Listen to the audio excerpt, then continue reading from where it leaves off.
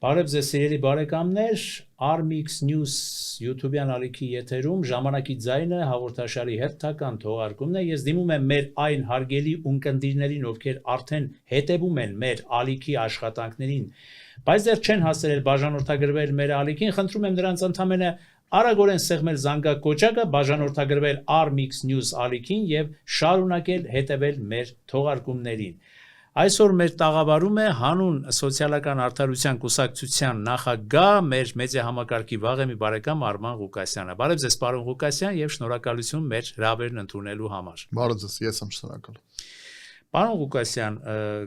արտաքին քաղաքական խնդիրներից գանք ներքին քաղաքական խնդիրների դաշտ, եթե դեմ չեք։ Այսօր կարծես թե ինչ որ չափով արտաքին դաշտում Իրանի հետ կապված այդ խնդիրների հետ ինչ որ կարծես թե process-ները գնում են դեպի խաղաղության։ Չնայած Իրանը ամեն դեպքում անհանդուրժողական կեցվածք է հանդես բերում այն իրողությունների նկատմամբ, ինչը նրա դեմ սանձազերծել են հակառակ բևեռից նրա հակառակորդները։ Խոսել ենք այդ մասին նախորդ անգամ։ Ինչ է կարծում այս արտաքին քաղաքական այս մարտահրավերները, օրինակ դուք կարծիք հայտնեցիք, որ թրիպը այս պատճառով կանգնեցվել է, կասեցվել է։ Եվ բայց ոմանք համառորեն խոսում են, որ թրիպը աշխատելու է։ Ինչ է կարծում։ Թրիպը եւ այլ ծրագրերը այս իրողությունների պայմաններում արագորեն կաշխատեն, թե ոչ։ Գիտեք, թրիպի աշխատելը ես ասել եմ ու պնդում եմ, դա միայն հայ-ամերիկյան հարաբերությունների տիրույթում չէ, նամանավանդ Իրանի շուրջ տեղի ունեցող իրադարձությունների ֆոնին, այլևս Իրանի վճռական խոսքն է այստեղ շատ կարևոր, որովհետև թրիպը տեղի ունենալու եւ տեղակայվելու է Իրանի մոտ սահմանին, հա? Եվ այստեղ իհարկե խոսել որևէ արագացված գործընթացի կամ ով կբերի, հա, եւ ներդրում կանի այնտեղ, որտեղ օրինակ կրակում են կամ որտեղ անկայուն է, այսինքն կա ես ոչ թե նայում եմ խոսքերին, ոչ թե նայում եմ այս կամ այն հայտարարությանը, այլ կա տրամաբանություն։ Մենք պետք է նայենք տրամաբանությանը։ Որևէ տեղ կապիտալը երբեք չեն ներդնում, հա, ներդրում է անում, որ այդ ինվեստիցիա է անում, որ հետո այդ հետ գա, չէ՞։ Այսինքն այնպես չէ, որ մեկը սիրուն աչքերի համար բերելու է գումար դնի։ Եվ իհարկե այնտեղ որտեղ անկայուն է, այնտեղ որտեղ կապիտալը կարող է տուժել, այնտեղ որտեղ պարզ ասեմ կրակում են, բնականաբար այդտեղ որևէ ներդրումների մասին, արագացված ներդրումների մասին խոսել ավելորդ եմ համարում։ Իսկ տրամաբանությունը հուշում է, որ դեռևս Իրանի շուրջ իրավիճակը անկայուն է, ԱՄՆ-ն հայտարարում է, տարբեր օրեր տարբեր բաներ է հայտարարում ԱՄՆ նախագահան, եւ դեռևս չկա վերջնական որևէ պայմանավորվածություն, որևէ արդյունք, հա, խաղաղության գործընթացի մասին եւ նոր ինչ որ ստատուս քվոյի մասին, դրա համար մենք իհարկե այս պահին կարող ենք ասել, որ թրիփի բախտը, այսպես ասենք, այս պահին դեռևս անորոշ է, ել ուր մնաց խոսենք, որ այսպես ասենք, արագացված հեսա այդ գործընթացը տեղի կունենա։ Իհարկե որևէ բան բացառել պետք չէ, այսօր կարող ենք քնել, վաղը զարթնել եւ տեսնել, որ փակ որևէ գործընթացներ, այսինքն տեղի են ունենում որևէ բանակցություններ, որտեղ ամեն ինչ չի, որ հրապարակային երևում է, բայց այնինչ մենք կարող ենք վերլուծել, այն հրապարակային տեղեկատվությունը, որը մենք տեսնում ենք դրա հիման վրա, մենք դեռևս չենք կարող խոսել, որ այս հեսա թրիփը մի քանի ժամանակ, մոտ ժամանակ հետո այլևս իրականություն է դառնալու եւ Նիկոլ Փաշինյանը 1-2 ամիս առաջ ասեց, երբ դեռևս Իրանի իրադարձությունները նոր էին սկսվել, որ Թրամփի վարչակազմի համար թրիփը առաջնահերթություն չէ այդ Իրանի իրադարձությունների հանգամանքների, հա, բերումով, բայց հիմա խոսվում է արդեն, որ այո տեղի ունենալու եւ այլն, բայց նորից եմ ասում, պետք է նայենք տրամաբանության այլ, ոչ թե միայն հայտարարություններին։ Այսինքն ձեր խոսքից ես հասկացա, որ գերտերությունների շահերն են բախվում, նույնիսկ չէ, անգամ եթե չասեմ բախվում, ապա խաչվում այս թրիպի միջանցքի պահով, ուզում եք ասել, որ այն խոստումները, միլիարդների ներհոսքերը Հայաստան հնարավոր պոտենցիալ իրական չի այս պահին։ Իշխանամերձ, ասենք, արևմտական այսպես ուժերը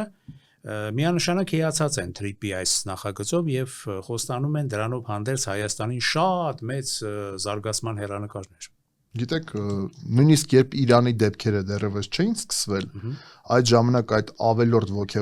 ոգևորվածությունը որ կար, ես ասում եի, որ դա արագ գործընթաց չի լինելու։ Պետք չէ մտածել, որ հեսա միլիարդավոր դոլարներ բերվելու են, դրվելու են Հայաստան եւ այլն, որևէ մեկը սիրուն աչքերի համար, որևէ մեկի համար միլիարդավոր դոլարների ներդրում չի անում։ Եթե հիշում եք Վենսի այցի ժամանակ Հայաստան, նա ասենց շատ կարևոր հայտարարություն արեց, որ TRIP-ի առումով ներդրումները անելու են տարածաշրջանային երկրները, այսինքն նույնիսկ չի եղել, որ ԱՄՆ-ն է անելու, այսինքն որևէ կոնկրետացում, որ օրինակ ԱՄՆ-ն բերելու է դնելու է TRIP-ում այսքան գումար, այսքան ժամանակահատվածի ընթացքում այսպիսի մեխանիզմների միջոցով եւ այլն չի եղել։ Այսինքն դրանք բոլորը եղել են վերացական, մակերեսային խոսակցություններ, դիսկուրս, այսպես ասենք, որը մենք ասել ենք ընդհանուր գաղափարի մասով կան, այսպես ասենք, հայտարարություններ, որևէ ստորագրված փաստաթուղթ, Վաշինգտոնյան ես նկատի ունեմ օգոստոսի 8-ին, հա, որը տեղի ունեցավ Վաշինգտոնում, բայց չկան մանրամասներ գետնի վրա։ Հետո տեղի ունեցավ Իրանի շուրջ իրադարձությունները եւ այժմ այդ ծրագիրը ել ավելի շատ հարցեր կան այդ ծրագրի նկատմամբ, քան մենք ունենք պատասխաններ, որովհետեւ նորից եմ ասում, իրանական կողմը դարել է այս պահին ել ավելի իրանական կողմի խոսքը ել ավելի կարևոր, որովհետեւ ԱՄՆ-ի եւ Իրանի հարաբերությունները կտրուկ լարվել են, կտրուկ սրվել են եւ կոնկրետ ռազմական գործողություններ է գնում եւ ռազմական գործողությունների ֆոնին խոսել որևէ ներդրումների մասին ավելորդ եմ համարում, հա, դրա համար մենք ասում ենք, որ բնական է, որ անորոշ է այս բային այդ ծրագրի իրականացման կոնկրետ մեխանիզմների առումով իրականացումը, հա, իսկ ինչ կապված է թե ով ինչ հայտարարություն կանի, ով ինչպես կօգտագործի ներքաղաքական պայքարի եւ այլն շրջանակներում, բնականաբար իշխանությունը փորձում է ցույց տալ, որ ամեն բան շատ լավ է, թե հայ-ադրբեջանական հարաբերություններում, թե մնացած Ռուսաստանի հետ դաշնության հարաբերություններում, որ Նիկոլ Փաշինյանը նույնիսկ Մոսկվայից հետո ասում է, որ հայ-ռուսական հարաբերությունները երբեք այդքան լավ չեն եղել, երբեք այդպիսի բարձր մակարդակի վրա չեն եղել, ինչպես հիմա եւ այլն օրվա իշխանությունը բնականաբար նամանավանդ որ մնացել է 1.5 ամիս ընտրություններին պետք է ցույց տա որ ամեն ինչ ընտիր է տնտեսությունը ընտիր վիճակում է մարդկանց վիճակը լավ է արտաքին քաղաքականությունը լավ է բայց նորից եմ ասում թողենք հայտարարությունները մի կողմ եւ նայենք գործընթացների տրամաբանությանը իսկ տրամաբանության մասին ես արդեն խոսեցի այսինքն ձեր ասացից ես հասկացա որ դուք ասում եք որ պիտի իջնենք ավելի իրատեսական դաշտ Եվ վերջին շրջանի հայտարարություններից ելնելով, ոչ թե դա իմ կարծիքն է, փորձում ենք անաչառությունը պահպանել որևէ կողմի, որևէ բևեռի չէ, հանդեպ մեր զրույցներում ինչ որ ավելորդ, այսպես ասած, համակրանք հանդես չբերել, ասենք նույն այդ երկաթգծի առումով էլ Ռուսաստանի հետ կարծես թե համաձայնություն չկա, որը իմ կարծիքով լավ բան չի։ Ռուսաստանը միանշանակորեն չի ողջունում Թրամփի ուղին TRIP-ը Ամերիկան զբաղված է Իրանով, տեսեք ինչքան նոնսենսների մասին դեռ խոսենք, էլի, ասենք ինչով եւ այլն, եւ մենք այս առումով միգուցե ոչ թե պիտի պարզապես ռոմանտիկական հույսեր փայփայենք, այլ պիտի ավելի ռեալ պոլիտիկ գնանք, այսինքն ինչ կարելի է այսօր քաղել Հայաստանի շահերից ելնելով հանում մեր անկախության, հանում մեր ինքնիշխանության եւ հանում մեր տնտեսական զարգացման։ Ինչ անենք, ինչ պիտի այսօր անենք։ Տարածաշրջանային արտաքին քաղաքականության մեջ ըստ ձեզ որպես քաղաքական ուժի ղեկավար Ինչ կանեիք դուք։ Դուք շատ լավ խոսք օգտագործեցիք բառ ռեալ պոլիտիկ։ Մենք տեսնում ենք, որ աշխարհը գնում է դեպի ռեալ պոլիտիկ, որ ավելի պրագմատիկ է դառնում միջազգային քաղաքականությունը, առհասարակ քաղաքականությունը դառնում է պրագմատիկ եւ երկրների միջև հարաբերությունները դառնում են գերպրագմատիկ։ Այսինքն այն, որ սովետի փլուզումից հետո, եկեք պարզ խոսենք, կար իներցիայով այն, որ մենք օրինակ Ռուսաստանի հետ ունեցել ենք 70 տարվա ընդհանուր պատմություն եւ այդ իներցիայով հա մենք խոսում ենք, որ եղբայրական, ընդհանուր այդ սովետական միության անցյալը, ընդհանուր հաղթանակները եւ այլն, բնական է դա փլուզումից հետո սովետական միության դեռևս իներցիայով պահպանվում էր այդ հիշողությունը, հա, պատմության վերաբերյալ ընդհանուր ճանապարհի մասին, բայց հիմա թե Ռուսաստանն է դարձել ավելի պրագմատիկ, թե Հայաստանն է դարձել ավելի պրագմատիկ, թե առհասարակ միջազգային հարաբերությունները դարձել են ավելի պրագմատիկ, եւ մենք ստիպված ենք լինել պրագմատիկ եւ ռեալ պոլիտիկից գործենք։ Այն որ ինչ որ մեկը կգա մեր անվտանգությունը կպահի, մենք հանգիստ կվայելենք կյանքը, այն որ ինչ որ մեկը կբերի ստե միլիարդավոր դոլարների ներդրում կանի, թե որովհետև մենք ամենահին ազգն ենք, հին ազգերից մեկն ենք, այն որ չգիտեմ, մեր կյանքը կլինի դրախտ, մնացածները մեզ բոլորը պարտական են, եկեք այդ ռոմանտիկայից, ինչպես որ դուք նշեցիք, հեռու մնանք։ Բայց պահողներ, ասենք, ըստ երկու, այսպես բաժանենք, չէ՞, ձեզ հետ միասին այդ երկու բեբերների պահողներ կան, չէ՞։ Մի մասը, այսպես ասած, հարաբերականորեն ես այդ պիտակները չեմ բան, դա պիտակումները, ոչ թե որակումներ։ Այսպես կոչված ռուսամետները ասում են, որ այս անվտանգային ճարտարապետությունը ձևավորված դեռ մինչև 2018 թվականը լայն իմաստով պիտի պահպանել, այսինքն Ռուսաստանի հետ առավելապես կապերը չպիտի խզել, Իրանն ենք շատ կարևորում։ Մյուս մասը, այսպես արևմտամետները առավելապես, մասամբ նաև գուցե այսպես ասեմ, իշխանավորներն ասում են, չէ, փոխվել է, Ռուսաստանը մեզ դավաճանել է, Ռուսաստանը խախտել է իր դաշնակցային պարտավորվածությունները եւ պիտի արտաքին քաղաքականությունը կամ բալանսավորեն կամ անգամ արևմտամետներն էլ ասում են կտրուկ թեքվենք դեպի Եվրոպա, դրա վկայությունը Եվրոմիության անդամակցելու այդ օրինագծի ընդունումներ խորհրդարանում եւ այլն եւ այլն։ Հիմա եթե մեր ունկնդիրների համար ավելի առարկայական խոսենք, ինչ կանեիք դուք, ոնց կկառուցեիք դուք այս անվտանգային մեր արտաքին քաղաքական ու ներքին քաղաքական անվտանգային ճարտարապետությունը ըստ կետերի, ասենք մի 3 կետ։ Այո, տեսեք, թույլ տվեք չհամաձայնվել, որ ոչ այսպես պայմանական ասենք ռուսամետների հետ, ոչ էլ այսպես կոչված արևմտամետների հետ։ Ես մեր քաղաքական ուժը դասում ենք այն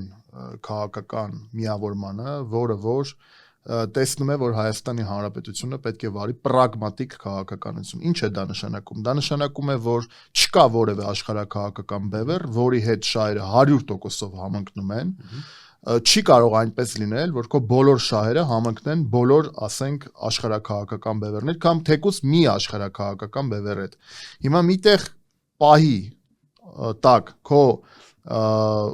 անվտանգային քաղաքականությունը կարող է համընկնել եւ աշխարհը այնպես արագ է զարգանում, գործընթացները այնպես արագ են զարգանում, որ կարող է պայտակ փոխվեն եւ քո եւ աշխարհաքաղաքական այդ տվյալ բևեռի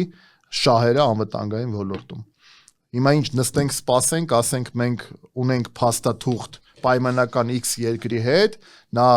պարտավոր է յուրաքանչյուր պայմանում լինել մեր անվտանգության երաշխավորը, չկա եւ մոռացեք եւ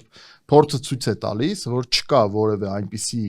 աշխարհաքաղաքական բևեռ, որը մշտապես ապահովելու է քո անվտանգությունը, որը մշտապես ապահովելու է քո կոմֆորտը, որը մշտապես ապահովելու է քո տնտեսական աճը եւ այլն։ Միայն դու հույսը պետքա դնես քեզ վրա։ Հիմա ասեմ ձեր հարցին հստակ։ Բնականաբար այն, որ մենք այսօր ունենք թիվ 1 խնդիր, դա Ադրբեջանի հետ այն կոնֆլիկտն է, որը մենք պետք է կարգավորենք։ Մեր քաղաքական ուժը հանդես է գալիս իհարկե խաղաղության կարգավորման գործընթացի օգտին, որովհետև չես կարող հավերժ տարածաշրջանում ապրես պատերազմի մթնոլորտում։ Եվ բնական է մեր հասարակությունը, մեր ժողովուրդը ուզում է խաղաղություն։ Բայց այդ խաղաղությունը պետք է լինի հստակ գետնի վրա ամրապնդված մեխանիզմներով, հա, այն որ ուղակի փոխեք ձեր սահմանադրությունը, ինչպես Ալիևն է պահանջում եւ կլինի երկրորդ պայմանը, երրորդ պայմանը եւ այլն, որովհետեւ միայն սահմանադրության փոփոխությունը չէ Ալիևի պահանջը։ Ալիևի պահանջը անկլավներն են, Ալիևի պահանջը իր ուզած ձևով դելիմիտացիա դեմարկացիան է, Ալիևի պահանջը գիտեք, որ նաեւ հայտարարվում է, որ 300,000 ադրբեջանցի պետքա գա այստեղ բնակեցվի եւ այլն, ես հասկանում եմ, որ դա նաեւ ճնշում է Հայաստանի Հանրապետության վրա, որպեսզի այն խաղաղությունը, որը մենք անվանում ենք խաղաղություն, լինի այնպես, ինչպես տեսնում է պարոն Ալիևը, բայց դրա համար մեզ պետք են մեխանիզմներ։ Բայց ինչպես նշեցի, հույսը դնել մեկ երաշխավորի վրա կամ մեկ միջնորդի վրա այսօր իհարկե դժվար է, որովհետև եթե օրինակ պայմանական ասենք Ռուսաստանի Դաշնությունը ինքը այսօր ունի իր հարցերը եւ ինքը ուկրաինական ուղղությամբ լուծում է իր հարցերը, որոնք ունեն շատ կարեւոր, հա, ճակատագրական նշանակություն Ռուսաստանի Դաշնության վրա։ Այո, իր հարցերը կներեք Թրամփը մի օր մեկ բան է հայտարարում, ուրիշ օր այլ բան է հայտարարում։ Մենք տեսնում ենք, որ մի օր հայտարարում է, որ Իրանը արդեն անցել է բոլոր կարմիր գծերը, մի օր հայտարարում է երկու օր հետո դրանից հետո, որ Իրանի հետ հարաբերությունները շատ լավ են, բայց Իրանի շուրջ այդ իրադարձություններն են զարգանում, որոնք կան, այսինքն ես չեմ մեղադրում պարոն Թրամփին, որովհետև Թրամփն էլ ելնում է իր երկրի շահերից, հա։ Հիմա մենք պետք է ոչ Ռուսաստանի Դաշնությունը, ոչ Ամերիկայի Միացյալ Նահանգները, ոչ Եվրոպական միությունը չեն զոհաբերելու իրենց հարաբերությունները օրինակ պայմանական Թուրքիայի հետ, Ադրբեջանի հետ, հանուն Հայաստանի, որովհետև թե Ռուսաստանի Դաշնությունը ունի իր շահերը Թուրքիայի եւ Ադրբեջանի հետ, թե Արևմուտքը ունի իր շահերը Թուրքիայի եւ Ադրբեջանի հետ, ինչու գաղտնիք է, որ Մեծ Բրիտանիան օրինակ Ադրբեջանում 500-ից ավել տարբեր արևմտյան ընկերություններ ունի նավթային British Petroleum-ը մենակ հերիք է։ Այսինքն մենք ինչի մասն ենք խոսում, այդ բոլոր այո, այսինքն այդ բոլոր շահերը որևէ մեկը չի դրելու հանուն մեզ, հանուն նույն ԱՄՆ-ն Թուրքիայում ունի Ինջիրլիկում իր ռազմաբազաները։ Դա դնելու է վտանգի տակ հանուն Հայաստանի։ Եկեք մենք ռեալ պոլիտիկ, որ մենք պետք է ուղղակի հասկանանք մեկ բան, որ մեկ բևեռի վրա հույսը դնելը դա նշանակում է որ այդ բևեռի մոտ կարող է յուրաքանչյուր պայի իր շահից ինքը միշտ կգործի իրավիճակ փոխվի եւ բնական է այսօրվա ռեալ պոլիտիկա աշխարհում հույսը դնել փաստաթղթի վրա որ գիտեք ինչ մենք օրինակ այսինչ թվից ունենք ռազմական պայմանագիր այսինչ երկրի հետ եւ սա երաշխիք է մեր համար մեր երաշխիքը մեր երաշխավորը թիվ 1 երաշխավորը առաջերտին միշտ մենք պետքա լինենք այսինքն մենք պետքա ունենք ուժեղ տնտեսություն եւ ուժեղ բանակ բայց իհարկե պետք է նաեւ միջազգային գործընկերների հետ ունենալ լավ կապեր եւ իհարկե այնպես անել որ դու չդառնաս աշխարհակաղակական բևեռների պայքարի կիզակետում չհայտնվես այո եւ մեզ պետք չի լինել ոչ հակառուսական ինչպես ես միշտ ասում եմ ոչ հակաարևմտյան ոչ հակաիրանական նամանավանդ ոչ հակաարևմտյան կամ հակաչինական հակաթուրքական ու ադրբեջանական որպես պիտի թույլ չտանք չէ պարոն Ղուկասյան որ որոշ սիրահարվածներ կան չէ Ադրբեջանին ու Թուրքիային այստեղ որ ասում են չէ դե եւ այլ բայց ամեն դեպքում այսօր գոյաբանական թշնամիներ են այսօր նորից եմ ասում մի բան հասկանանք որ այն կոչերը, որոնք որ անում են որոշ շրջանակներ, իսկ այդ շրջանակները շատ տարբեր են, հա։ Շրջանակներ կա, որ ասում են, որ մենք պետքա շատ արագ կապերը կտրենք Ռուսաստանի Դաշնության հետ, շատ արագ, հա։ Շրջանակներ կա, որ ասում են Արևմուտքի հետ պետքա հարաբերությունները չնչին սարքենք եւ այլն եւ այլն։ Հայաստանը չունի այն ռեսուրսը, որպեսզի ինչ որ մեկի հետ մյուսի դեմ դառնա թշնամի, հա, պարզ ասեմ կամ հակառակորդ։ Մեզ դա պետք չի։ Մեզ պետք է շատ մի բան հասկանալ, որ այսօր մենք ունենք հստակ խնդիր մեր երկիրը դարձնելու տնտեսապես զարգացած, որտեղ դա շատ կարևոր է։ Եվ այդ դրանից կարող է, եթե քո ժողովուրդը, ինչ ենք մենք անընդհատ խոսում սոցիալական արդարության մասին։ Կարծես թե ասում են, այստեղ Իրանն է, այնտեղ աշխարհակաղակական հարցեր են, այստեղ Ադրբեջանը, Թուրքիան է, ինչու եք այդքան խոսում սոցիալական արդարությունից, հա? Լինում է նման մեկնաբանություններ, նման քննադատություններ այնքան անգամ լսել եմ, հա։ Եթե դու կունենաս սոցիալական արդարություն քո երկրում, քո երկիրը կլինի տնտեսապես զարգացած։ Քո հասարակությունը կունենա այդ արդարության զգացումը եւ քո երկիրը ավելի ուժեղ կլինի։ Եվ քո երկիրը եթե տնտեսապես ուժեղ լինի, մնացած բոլոր հարցերը տնտեսապես զարգացած, մնացած բոլոր հարցերը կլինեն շահկապված առումով դրական դեպի կգնան, բայց երբ որ դու ունենաս սոցիալական անարդարություն, ինչը մենք ունենք այսօր եւ միշտ ենք ունեցել եւ այսօր էլ ունենք, չունենք լուծված այդ հարցը դեռևս հիմնովին լուծված չէ։ Մենք ունենանք շատ ու շատ խնդիրներ եւ մենք ունենք այդ խնդիրները։ Դրա համար մեզ պետքա մենք վարենք պրագմատիկ քաղաքականություն, թե ներքին, թե արտաքին, պրագմատիկ տնտեսական ճիշտ քաղաքականություն վարենք, արտաքին քաղաքականություն ճիշտ պրագմատիկ վարենք եւ այս առումով իհարկե այդ խնդիրները կարողանանք ժամանակի ընթացքում լուծել։ Այսինքն որևէ մեկը այսօր չի կարող առաջարկել այնպիսի արագացված, գիտեք, sense շատ արագացված, որ ես օրինակ դեմ եմ, որ ասում են, այ հիմա շատ արագ մենք բոլոր հարցերը կլուծենք, բոլոր հարցերը արագ չեն կարող լուծել, բայց հիմքերը պետք է դնել։ Գնալ դեպի այդ օրինագծի հարց, որ ասում են նաև 2022 թվականի այդ ջերմուկի դեպքերից հետո Եվրոմիությունը այստեղ եկավ, դիտորդական առաքելություն, մի մասը ասում են դա շատ լավ էր, մի մասը ասում են դա հարցեր չլուծեց, բայց ասենք եթե Բեբերի հարց, Բեբեր ենք փոխում, գնում ենք դեպի Եվրոմիություն։ Կտրուկ խզվում ենք Ռուսաստանի հետ եւ այլն, ասում ենք մենք գնում ենք Եվրոմիություն, Եվրոմիությունը թող գա, մեր անվտանգային հարցերը լուծի։ Ինչ կարծիք եք, կլինի այդ ճանապարհով։ Դե հիմա Նիկոլ Փաշինյանը այսօր շատ բան, հետաքրքիր բան է հայտարարել, ասել է մենք շարժվում ենք դեպի Եվրամիություն, երբ որ կգային կետը որ պետք է մտնենք, կհասկանանք Եվրամիությունը մեզ ուզում է ընդունի, թե չի ուզում ընդունի։ Ախր գիտեք այդ հարցը, որ մենք շարժենք դեպի Եվրամիություն, հարց, մեզ Եվրամիությունը սպասում է, մեզ Եվրամիությունը ընդունելու է, մեզ Եվրամիությունը կանչել է, ըստ ինձ առնվազն որպեսզի օբյեկտիվ լինեմ, չեմ լսել ինչ որ հրավեր մեզ դեպի Եվրամիություն։ Իսկ նրանք ովքեր ասում են Եվրամիությունը երբեք չի հրավիրում, Եվրամիությունը սպասում է որ դու գնաս դուռը թակես, իսկ կարող է միջև մենք հասնենք այդ դռան մոտ, մենք պետքա մեր մարտահրավերները լուծենք, մենք պետքա մեր տնտեսական հստակ հարցերը լուծենք։ Օրինակ մենք պետքա մեր ապրանքը արտահանենք դեպի ԵԱՏՄ շուկա եւ արտահանում ենք, հա։ Հիմա ինչ մենք դեպի Եվրամիության դուռը միջև հասնելը շարունակելու ենք արտահանել դեպի ԵԱՏՄ, թե ինչպես որ արդեն ռուս գործընկերները նշում են եւ նշել են, որ եթե մենք կուրսը վեկալում ենք դեպի Եվրամիություն հստակ եւ գնում ենք դեպի Եվրամիություն, մենք խնդիրներ ենք ունենալու զուտ ԵԱՏՄ շուկայում նրա պատճառով, որ Եմեն եւ ԵԱՏՄ-ն իրար հակասող մաքսային միություններ են, հա, հենց մաքսային առումով հակասող։ Հիմա այս իշխանությունները այդ ռիսկերը հաշվարկել են, թե չեն հաշվարկել։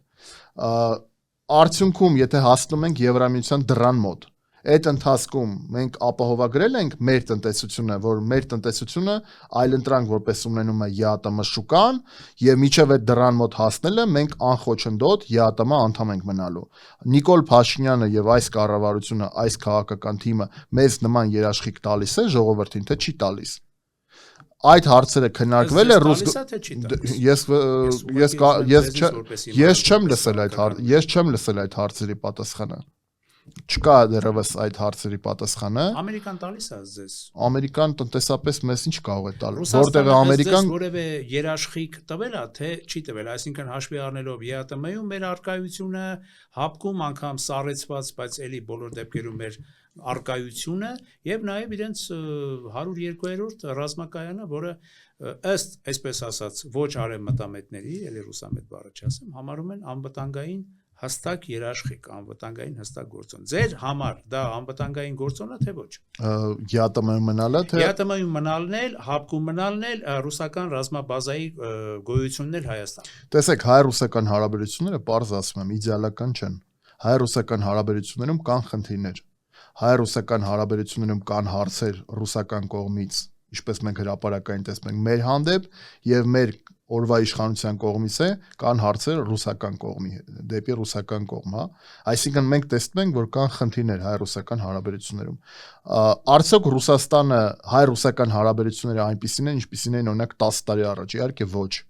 որովհետև 10 տարվա առաջվա աշխարհն էլ է ուրիշ։ 10 տարվա առաջվա մարտահրավերները, որոնք կային Հայաստանի եւ Ռուսաստանի նկատմամբ այլ են լրիվ եւ իրավիճակը փոխվել։ Շանգլուխը բռնենք այստեղ, փորձենք ձեզ հետ միասին։ Ո՞վ է դրա պատճառը, որ 10 տարի առաջ այլ էին, մենք ենք ավելի շատ ձեզ մեղավոր, թե Ռուսաստանն է մեղավոր։ Տեսեք, ես ավելի sense կասեմ, որ պետք չի փնտրել մեղավորությունը ոչ ռուսական կողմի մեջ, ոչ հայկական։ Առաջի հերթին պետք է փնտրել նաեւ, որ փոխվել է միջազգային իրավիճակը, որովհետեւ 10 տարի առաջ Ռուսաստանը Ուկրաինայում չէր եւ ուկրաինական ուղղությամբ չուներ խնդիրներ եւ չկար հստակ ասեմ պատերազմ Ուկրաինայի շուրջ եւ Ուկրաինայում ռուս-ուկրաինական հիմա կա։ Սա իրավիճակը փոխվել։ Ինչ իրավիճակը փոխել, ինչ իրավիճակը փոխել։ Ռուսական ռեսուրսները սահմանափակվել են, որովհետև գրեթե ամբողջությամբ դեպի այդ կողմ են ուղղված, դեպի ուկրաինական կողմ։ Հարավային Կովկասում իրենց ուշադրությունը ռեսուրսների պատճառով եւ օբյեկտիվորեն նվազել է, հա, որովհետև ամեն տեղ չէ որ ձեռքերը հասնում են։ Եվ բնականաբար 10 տարի առաջ Արցախը հայկական էր, դա էլ է իրավիճակ փոխել եւ առհասարակ շատ դրա մեղավորը պարոն Ղուկասյան, որ Արցախը 10 տարի առաջ հայկական էր, հիմա դժբախտաբար հուսանք, որ ժամանակավորապես, գիտեմ, դուք էլ մեծ ցավ եք ապրել դրա համար, ես էլ, որ Արցախը կվերագտնենք։ Ո՞վ է դրա իրական քաղաքական պատճառը, քաղաքական մեղավորը, որ մենք Արցախը կորցրեցինք։ Գիտեք, ես իմ կյանքում, ես sense պատասխանեմ ձեր հարցին, իմ բոլոր օրինակ անձնական կյանքում ես միշտ ձգտում եմ, դա իմ մտածողությունն է, ես դրա համար ասեմ ձեզ, միշտ ձգտում եմ բոլոր խնդիրների պատճառը, հա, խնդիրները, որոնք որ կան, պատճառը փնտրել ինքս իմ մեջ։ Եվ գիտեք, կարելի է մեղադրել, ասել ես սրա հետ sense բան էի պայմանավորվել, նրա հետ նենց բան էի պայմանավորվել, սրա հետ sense բան եմ արել։ Գիտեք, այո, անշուշտ, եթե մեծ լսողները ուզում են լսեն, պարզ օբյեկտիվորեն ասեմ, որ այո, Արցախի կորուստը ես կարծում եմ, եթե ռուսական տեսանկյունից ենք նայում, միտեղ ռուսական շահերին էլ դեմ, որովհետև եթե զուտ խոսենք այդ ենթատեքստում, Ռուսաստանի որոշակի, ասենք, դրանից առաջ որոշակի նույն բալանսավորված քաղաքականությունը Հայաստանի եւ Ադրբեջանի նկատմամբ, հա, որ Ադրբեջանի զենք էին վաճառում, Հայաստանին էլ էին վաճառում, այդպես փորձելով պահել բալանսը եւ այլն, բայց այդ բալանսը արդեն խախտվել էր, որովհետեւ Ադրբեջանը տնտեսապես շատ ավելի առաջ էր մեզանից, հա, այդ նավթի շնորհիվ եւ այլն, եւ բնականաբար ես կարող եմ ասել, որ Արցախի կորուստը եթե դիտարկենք այդ առումով, ես չեմ կարծում, որ դա բխում է Ռուսաստանի շահերից։ Ուրիշ բան, որ տեղի ունեցավ այն ինչ տեղի ունեցավ, հետո ընթացքում հայտնվեց ուկրաինական ճգնաժամը, հա, ամբողջական Արցախի կորուստի հետ կապված, եւ ես դրա համար ասացի, որ ռուսական հնարավորությունները Հարավային Կովկասում Ուկրաինայի ֆոնին զգալիորեն նվազել էին, հա, բայց թողենք ռուսական շահերը ռուսական կողմին։ Ես ուզում եմ ասել, որ բնականաբար ես տեսնում եմ, որ Արցախի կորուստի հետ կապված կան որոշակի բացեր նաև ռուսական կողմից, հա, ուզում եմ շատ կարևոր բան ասեմ, ինչու ես ասացի, որ միշտ փնտրում եմ առաջինը իմ մեջ, հա, խնդիրների պատճառը իմ մեջ եմ փնտրում, նույնն էլ պետության վրա եմ ուզում պրոյեկտեմ։ Եթե քո հույսը ինչ որ մեկն է, այլ երկիր է, եթե քո հույսը այն է, որ դու ասենք օրինակ մեղադրում ենք Ռուսաստանին, ասում ենք Ռուսաստանն է մեղավոր, որ այս իշխանությունները բացահայտ ասում են, չէ, ասում են, որ նույնիսկ Պուտինի հետ հանդիպմանը Նիկոլ Փաշինյանը հայտարարեց, որ ինքը ճանաչել է Արցախը Ադրբեջանի կազմում, նրանից հետո երբ Ռուսաստանի բարձրաստիճան ղեկավարությունն է երկու անգամ հայտարարել դրա մասին, հա։ Ես ճիշտ ասած նման քաղաքականությանը կողմ չեմ։ Հետաքրքիր տեղ եկաք, էլի։ Այդ խոսքերը, արտահայտությունները, Պուտինի այդ արտահայտությունները ինչի մասին են խոսում, դա իրական ճանաչում էր, թե ես ընդհանրապես հարց եմ ուզում ձեզ ուղղել, էլի, որովհետև այստեղ կարևոր նույնիսկ բացահայտում մենք ձեզ հետ կարող ենք անել, էլի, դուք անեք իմ ընդհանրապես հարցի օգնությամբ։ Դա տրամաբանական համարենք, որ Պուտինը այդպիսի արտահայտություններ էր անում, թե այդ արտահայտությունները բոլորովին այլ ենթատեքստ ունեին, եւ պարզապես Նիկոլ Փաշինյանը ուղղակի այդ հենվում է այդ արտահայտությունների վրա, ասելով, որ ուրեմն ես տրամաբանորեն եմ 2022 թվականին Պրագայում ճանաչել Արցախը Ադրբեջանի մաս, որից հետո ըստ էության եկել է Արցախի կորուստը։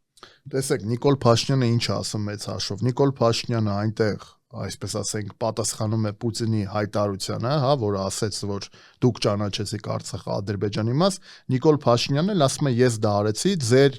ձեզանից հետո, կոպիտ ասած, հա, այսինքն իմ տպավորությամբ, որպես Հայաստանի Հանրապետության քաղաքացու, դա ուղղակի հնարավորություններ ինչ-որ պատասխանելու, արդարանալու ասեմ կամ չասեմ, չգիտեմ, բայց իմ համար ընդունելի չէ, որովհետև հիմա կարող է Պուտինը շատ բան վերկանա հայտարարի։ Կարող է Պուտինը մի օր էլ վերկանա այլ բան հայտարարի։ Մենք շարժվելու ենք, ասենք Հայաստանի Հանրապետության ղեկավարությունը, ես ուզում հասկանամ Ռուսաստանի Դաշնության ղեկավարությունը, չէ, Հայաստանի ղեկավարությունը այսօրվա օրվա իշխանությունն է մեր։ Եվ ինչ անշ, շատ բան կարող է Պուտինը հայտարարել, շատ բան կարող է Թրամփը հայտարարել, բայց նավթագազային, ինչպես դուք նշեցիք, հսկայական շահ։ ՄԱԿ-ում 4 բանաձև ա եղել ընդունված, որով այդ 4 բանաձևով Արցախը ճանաչվել է որպես Ադրբեջանի մաս։ ՄԱԿ-ում։ Հիմա Ռուսաստանի Դաշնության ղեկավարը հիմնվելով այդ բաների վրա, բանաձևների վրա, հայտարարել է, որ միջազգային հանրությունը ճանաչում է եւ ի վերջո ՄԱԿ-ում կան այդ բանաձևերը, որպես ուրեմն Ադրբեջանի տարածքային ամբողջականության մաս Արցախը, բայց չէ որ կա նաև սկզբունք ազգերի ինքնորոշման մասին։ Եվ Արցախի հարցը մենք միշտ դիտարկել ենք որպես ինքնորոշման հարց։ Այդ սկզբունքով ենք մոտիկացել Արցախին։ Կներեք, հետո նաև Մինսկի խմբի, եթե տրամաբանությամբ ենք խոսում, արտահայտվում, չէ, Մինսկի խմբի բոլոր ժամանակների տրամաբանությամբ ըստ էությամբ այդ հարցը կարգավորելու կոչված այդ խմբի տրամաբանությամբ Արցախը երբեք գոնե դե ֆակտո դե յուրե չի ճանաչվել, ասենք Ադրբեջանի մաս կամ Հայաստանի մաս, Արցախի կարգավիճակը մնացել է կախ։ Այո, եւ մենք միշտ մեր կողմը, հայկական կողմը շարժվել է, որ Արցախի հարցը մեր այն սկզբունքն է, որ ազգերի ինքնորոշման սկզբունքի տեսանկյունից ենք նայ, Ադրբեջանը տարածքային ամբողջականության տեսանկյունից։ Հիմա գիտեք, իհարկե մենք առաջինը պետք է փնտրենք մեղավորությունը մեր մեջ, որտեղ ասենք լավ, Ռուսաստանն է մեղավոր Արցախի կորստի հարցում։ Ասենք մի պահ տենց են գնահատում իրավիճակը։ Ինչա դա փոխում, ներողություն։ Եկեք գետնի վրա հասկանանք, դա ինչա փոխում։ Արցախը այս պահին այլևս Ադրբեջանի վերահսկողության տակ է գտնվում։ Հիմա եթե ասենք ուղղակի պետք է ինքնապաշտպանողական առումով իշխանությունները արդարանան եւ դա է արդարանալու հնարավորությունը ասելու որ այ միայն Ռուսաստանն է մեղավոր, իսկ կներեք մենք ինչ ենք արել որ այդ բալանսը Ադրբեջանի հետ, հա, որովհետեւ ես սիրում եմ կոնցեպտուալ նայել իրավիճակին,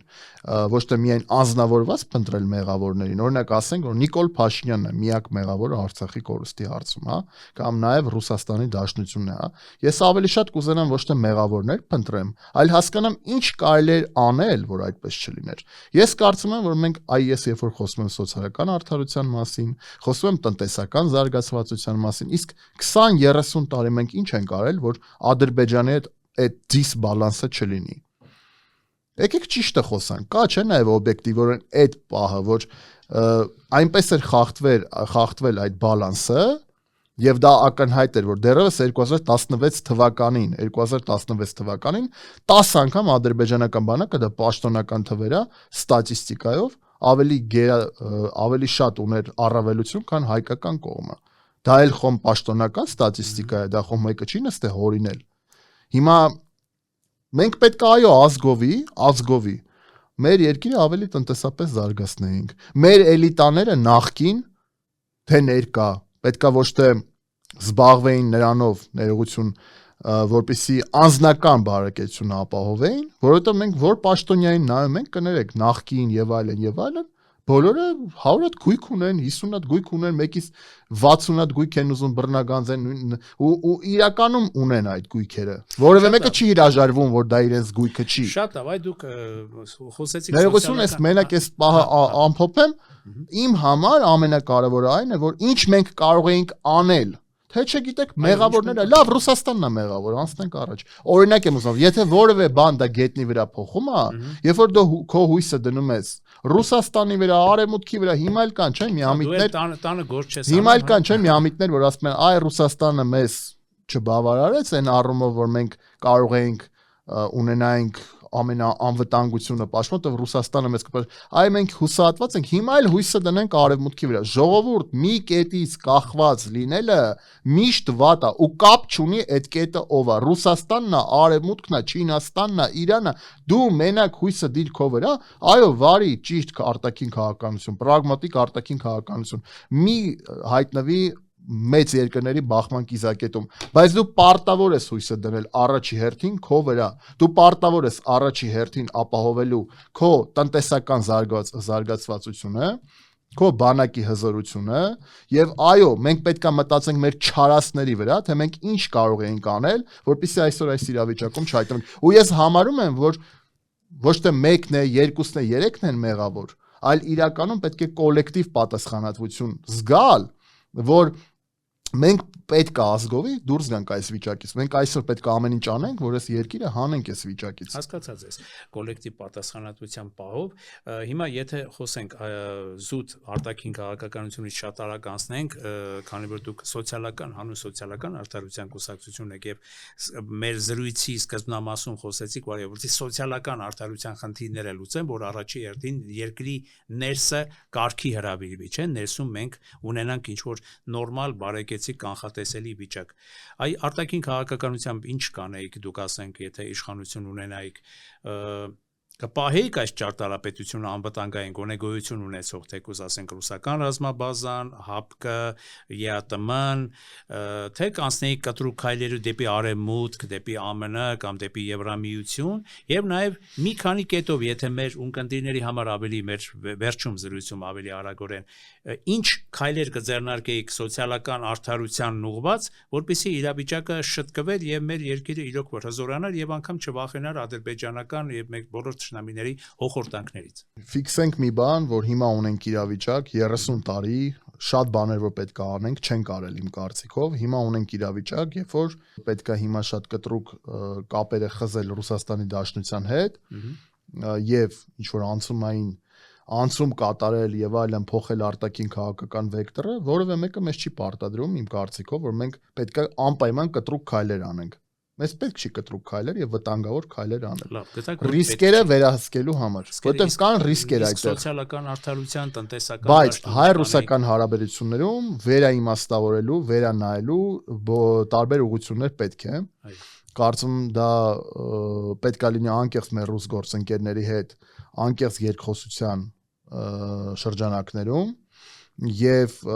պետք է հասկանան մեր ռուս գործընկերները, ես չգիտեմ Հայաստանի իշխանությունները փակ դռների հետևում ինչպիսի երկխոսություն ունեն մեր միջազգային գործընկերների հետ ներառյալ Ռուսաստանի Դաշնությանը,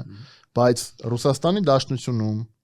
Արևմուտքում կլինի դա ԱՄՆ կամ Եվրոպական միություն, Իրանում, Չինաստանում եւ այլ տեղերում պետք է իրենք չտեսնեն որևէ մի այդ բևեռ, պետք է չտեսնի Հայաստանի մեջ իրենց հակառակորդ։ Սա ես արդեն ասացի։ Մնացած բոլոր սուր անկյունները պետք է ճիշտ երկխոսության շրջանակներում մենք կարողանանք ի նպաստ մեզ կլորացնել, հա, այսպես ասենք, եւ այդ հարաբերությունները, բոլոր հարաբերությունները օգտագործել ի նպաստ հայկական շահի։ Ինչ կապված է տնտեսական առումով, նախ եւ առաջ պետքա օրվա իշխանություն ով էլ ուզում է լինի, պետքա լինի սոցիալական արդարության մթնոլորտ։ Այն բյուջեն, որը մեր ընդհանուր սոցիալական արդարությունը վերականգնում ենք։ Չկա սոցիալական ապահովագրություն են դասում, թոշակներ են, ինչ կարծիք եք դրա մասին։ Ես չեմ ասում, որ դրական որևէ բան տեղի չունենում, պետք է օբյեկտիվորեն ասենք, որ դրական բաներ տեղի ունենում են, նույն այդ առողջապահությունը 65+ մարկանց համար, ովքեր որ բավականին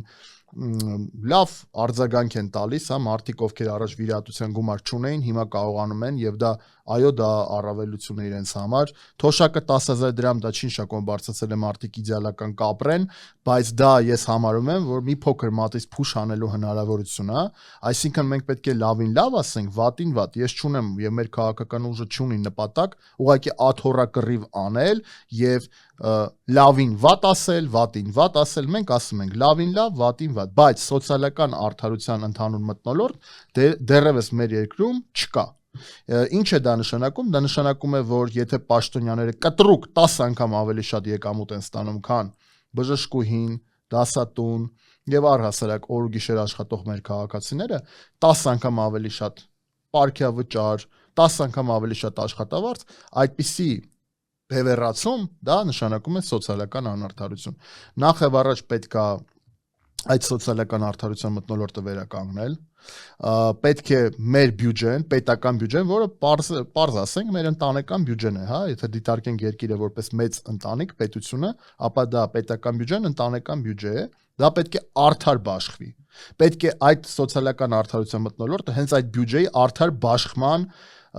միջոցով պետք է լինի, որ մարդկանց մոտ չլինի որևէ հարց, թե ինչու պաշտոնյան ստանում է 10 անգամ ավել, քան քաղաքացին, որը օր ու գիշեր աշխատում է եւ չի կարողանում Հայաստանում գոյատևել, որովհետեւ մենք նաեւ պետք է նայենք գնաճին։ Պետք է գնաճը զսպվի, որովհետեւ գնաճը, որը որ տեղի է ունենում,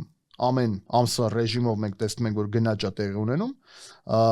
դա իհարկե առաջացնում է խնդիր գոյատևման համար, խնդիր գոյատևման համար, ապրելու համար խնդիր է առաջացնում։ Այսինքն սոցիալական արդարության մթնոլորտը, որը պետք է վերականգնվի, դա հիմնական այն հիմքն է, որը կբերի այլ արդեն դրական փոփոխությունների։ Իշխանության մեղավորությունը տեսնում եք, այո, որտեղ միջազգային գները ոչ, միջազգային գները իհարկե ազդում է, բայց բնականաբար պետք է նաև պայքարել մոնոպոլիաների դեմ, թեկուզ բնական մոնոպոլիաները։ Չէ, ես չեմ տեսնում, ես տեսնում եմ, որ պետք է լինի լիարժեք պայքար, պետք է լինի այն, որ իրենք խոստացել էին թալանը վերադարձնել, համարում են ոչ բավարար աշխատանք այդ ուղղությամբ, որովհետև գիտեք, իրենց օրոք նախկին էլիտաները, եթե չասեմ ավելի լավ են սկսել ապրել, ապա ավելի վատ հաստատ չեն ապրում։ Դա ինչ է։ Դա նշանակում է, որ սոցիալական արդարության մթնոլորտ, ինչպես նշեցի, չկա։ Իսկ ինչ կապված է մնացած քայլերը տնտեսական առումով, իհարկե կարելի է շատ երկար թվարկել, հասկացած առողջապահության ոլորտը, որ պետք է ձգտենք լինի շատ մատչելի, բարձրագույն կրթությունը, որը Վրաստանում հունվարի 1-ից 2026 թվականի անվճար է դարձել, եւ Հայաստանում էլ մենք կարծում ենք, որ բարձրագույն կրթությունը պետք է դառնա անվճար, որտեղ Վրաստանը տնտեսական ցուցանիշներով կտրուկ մեզանից առաջ չի։ Եվ առհասարակ նմանատիպ քայլեր, որոնք կբերեն իսկապես մեզ համակարգային փոփոխության, ոչ թե կոսմետիկ, ինչպես դուք եք ասում, այստեղ կա դրական, այնտեղ կա դրական, դրանք ես համարում եմ կոսմետիկ վերանորոգում, բայց մեզ պետք է ոչ թե կոսմետիկ, այլ հիմնովին համակարգային վերանորոգում, եւ այդտեղ իհարկե կան քայլեր, տնտեսական քայլեր, որոնք պետք է անել, բայց առաջի հերթին օրվա իշխանությունը պետք է ձգտի սոցիալական արդարության մթնոլորտի հաստատում մեր երկրում։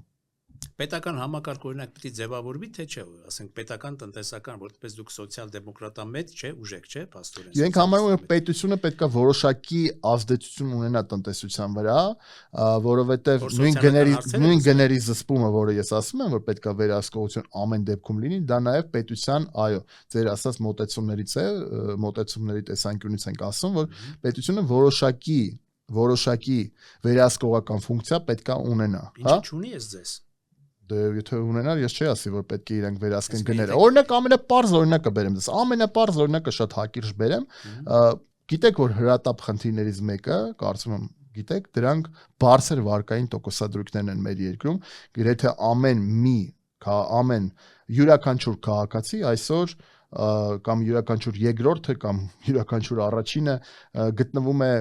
ունի վարկ, հա, եւ փորձում է այդ վարկը փակել, դա շատ մեծ տոկոսադրույքներով են վարկերը տրվում մարդկանց։ Ես չեմ ասում, որ կան ֆինանսական կազմակերպություններ, սա չեմ չափազանցնում, պաշտոնական թվեր եմ ասում, որոնք on-line վարկեր են տալիս 400-500% սպառողական, պատկերացնում եք։ Կենտրոնական բանկը ունի սահմանած տոկոսադրույք, կարծեմ տարեկան 24-25% է կազմում, բայց այդ տոկոսադրույքը, որը կենտրոնական բանկը սահմանում է, չունի պարտադիր բնույթ, որովհետև եթե ունենար պարտադիր բնույթ, այս կազմակերպությունները չէին կարող դրանից բարձր տային տոկոսադրույքով բարձր վարկեր։ Հիմա սա ինչ է նշանակում։ Նշանակում է, որ պետությունը պետք է ազդի այս ամենի վրա։ Պետությունը չպետք է իր քաղաքացուն թողի մենակ այն գերշահույթ ստացող ընկերությունների ախորժակ, որոնք որ ունեն այդ ընկերությունները, բանկերը, ընկերությունները, հա։ Դե ես հիմա օրինակ նույն վարկային կազմակերպությունների մասին ասեցի, որոնք մարկանցից խլում են տներ 300, չգիտեմ քանի տոկոսով տված սպառողական վարկերի դիմաց, որոնք խլում են վերջի տանիքը։ Դուք գիտեք, որ Հայաստանում կա իբր օրենք, որ մարդուց վարկերի դիմաց չեն կարող, եթե պարտականություն ունի, չեն կարող խլել իբր տանիքը, եւ գիտեք դա ոնց է գործում գետնի վրա։ Ուրեմն քո բնակարանը, ասենք դու ունես պարտականություն, վերցնում են, վաճառում են 4 միլիոն 900 000 դրամ է այդ գումարը, որը կա։ Քեզ տալիս են 4 միլիոն 900 000 դրամ, մինիմում այդքան պետքա տան, կամ օրինակ քո պարկը վերցնում են, որը բնականաբար միշտ քո բնակարանը ավելի քիչ է գնահատվում, հա։ Մենք բոլորս է գիտենք ինչպես են գնահատում կազմակերպությունները եւ այլն, իշա իրենց առաջի հերթին, եւ ուրեմն քեզ վաճառում են եւ այդ տակի փողը տալիս են, այդ փողը պետքա 4 միլիոն 900 000 դրամից պակաս չլինի։ Հիմա հարց եմ ուզում տամ, ասենք 4 միլիոն 900 000 դրամով կամ թող լինի 10 միլիոն դրամով, հա, ասենք մնացորդ լինի։ Այդքան գումարով Հայաստանում կարելի է բնակարան գնել։ Իբր որ քեզ չեն թողում առանց տանիք, էլի։ Այսինքն գիտեք, այսինքն դա ինչ է նշանակում։ Նշանակում է, որ մեր քաղաքացիները մնում են մենակ գերշահույթ ստացող ընկերությունների առաջ։ Իսկ միայն 25 թվական, այս թվերով եմ սիրում խոսալ, 2025 թվականի արդյունքով պաշտոնական թվերն եմ ասում, ֆինանսական կառույցները, բանկերը մասնավորապես 1 միլիարդ դոլարի շահույթ են ունեցել Հայաստանի Հանրապետությունում։ Իհարկե հասկանում եմ, որ դրանք միայն վարկերի շնորհիվ չէ, այսինքն միջազգային փոխանցումներ եւ այլն, հազար ու մի կոմպոնենտ կա, ուղղություն կա, բայց նաեւ տեսեք վարկային տոկոսադրույքների չափերը ինչ բարձր են։ Այսինքն հնարավորություն կա վարկային տոկոսադրույքները նվազեցնել, թող մի փոքր ավելի քիչ գերշահույթ ստանան, բայց ոչ թե մարկանց ճակատագրերը, մարկանց վերջի տանիքը եւ այլն նման խաղան մարկանց հետ, մարկանց ճակատագրերի հետ։ Այս սրա մասին ենք ասում, երբ որ ասում ենք, որ պետությունը պետք է իր քաղաքացու համար ամեն դեպքում իր քաղաքացուն պաշտպանի եւ անպայման պետքա որոշակի նման գործառույթ ունենա, ոչ թե թողի իր քաղաքացուն մենակ։ Զրույցը ձեր թույլտվությամբ թույլ տվեք ավարտել, կարծում եմ կարողացաք ձեր նաև քաղաքական ուժի տեսակետները եւ նաև սոցիալական արդարության վերականգնման ուղղված ձեր տեսակետները արտահայտել այս զրույցի ընթացքում, սպասենք դրական բոլոր դեպքերում զարգացումների, փորձենք ամենով հանդերձ լինել լավատես եւ նաև հետագայում էլ հուսանք, որ կրկին կհանդիպենք եւ արդեն կխոսենք ավելի դրական զարգացումների, ավելի դրական միտումների մասին, որովհետեւ ինչքան էլ որ մեր հայրենիքում լինեն խոցելի ու վատ կողմեր, հայրենիքը մեկն է եւ հայրենիքը մերն է։ Այո։ Շնորհակալություն, պարոն Ղուկասյան։ Շնորհակալ։ Armix News YouTube-յան ալիքի ժամանակի ձայնը հաղորդաշարի տաղավարում այսօր հանուն սոցիալական արդարության կուսակցության նախագահ Արման Ղուկասյանն էր։ Սիրելի բարեկամներ, ես դիմում եմ ձեզ, դիմում եմ այն մեր հարգելի բարեկամներին, ովքեր դեռ չեն հասցրել բաժանորդագրվել մեր Armix News ալիքին, խնդրում եմ ձեզ, սեղմեք զանգակոճակը, բաժանորդագրվեք մեր ալիքին եւ խրախուսեք մեր աշխատանքը ձեզ համար։ Իսկ այսօր այսքանը, շնորհակալություն, կհանդիպենք։